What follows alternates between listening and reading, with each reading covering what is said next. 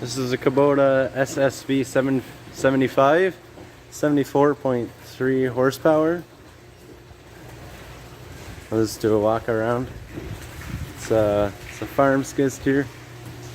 It's not in construction use, although farm we're using it for construction as well. But I just thought I'd show you this skid steer and talk about the pros and cons.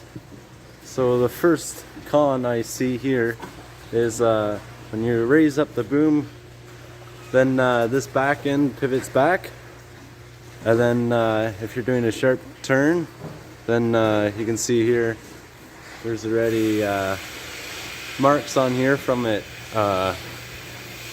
grinding against the wall, and then over time I guess this piece will wear down. It's just when it lifts up and then it gets further in the back bumper, so then it just grinds against the concrete wall. The fan, it's quite noisy actually, and then you can see all this stuff builds up on top, and then it's actually pretty easy to access, but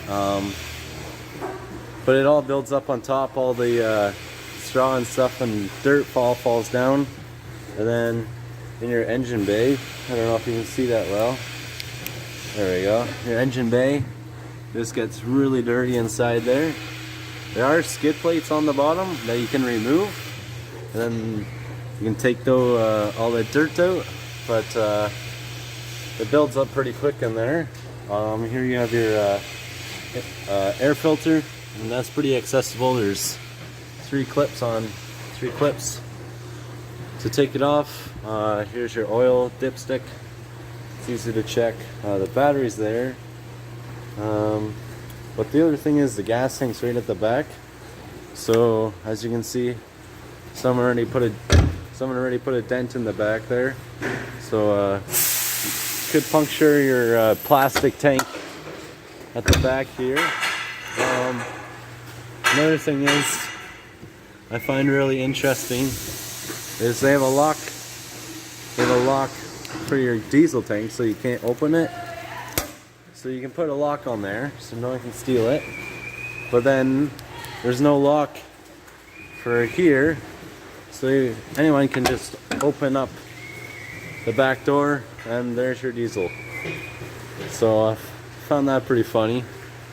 Other than that, oh, and down here the dirt collects really well down there, and then just cylinders and moving parts are all down there, and just get squashed all that manure and dirt and stuff into a hard compact mess that you can't take out. Same on this side.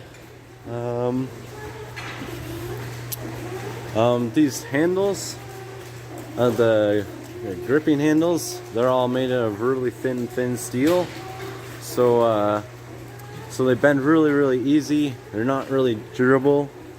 Same with this step, they're all made out of thin, not very high strength steel. I also want to show you the hydraulic setup.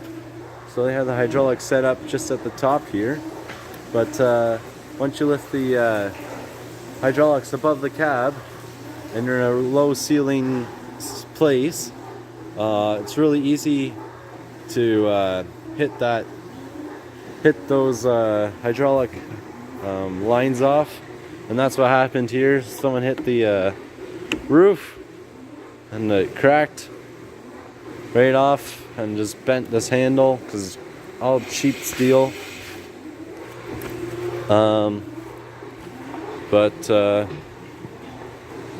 But yeah, if they would have put it in a better spot, like on the side here or something, might have been a little bit better. It has high speed, two speeds. These tires are not factory tires. These tires are quite larger compared to the old ones, but otherwise they're quite fast. It's pretty fast. I'll show you inside the cab. So here we have our window, and that just rolls down just like a rolling garage door. The only problem is you have your pins here, and they just pin into the side there, and that keeps the window from moving down. But if you forget to do that, you can see here, you can't really see, but those pins at the back that hold the door up, they really wear down, and now it's sometimes hard to move the door up and down. But I like that. I like the door system. It's a good system to have, I think. A lot better than opening and closing the doors. Here you just have your just normal gauge here. The air conditioning's all the way at the back, and the heat's all the way at the back. I think we had it for 1 year, and the air conditioning stopped working. There's like tons of water in this back jug here, and I think the air conditioning went, so that doesn't work anymore. But the other thing is you have to sit so wide out from your arms sit so wide out. They don't sit closer together and farther out like a gale or something. So it's a bit uncomfortable when you have to drive down the road for a while. Your arms are almost get cramped up. The other thing is these lights. These two lights on the front. From the factory, they're just those. They're not LEDs. They're not the good lights. They don't shine really well.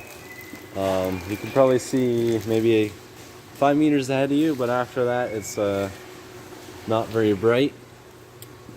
The other thing is at the back, they also have the red lights, but then these yellow lights at the back, when you're trying to back up at night and you have the lights on, it reflects right off this bar in the middle. If you have the bucket raised a little bit, it just gets a little bit higher, and then the light reflects right off that bar and shines right back into the cabin. So you can't really see that well out the back. So basically I just turn those lights off and just use the red lights. But other than that, it's not a bad skid steer. But I think they could have designed it a little bit better than this. But I'll just do one more walk around.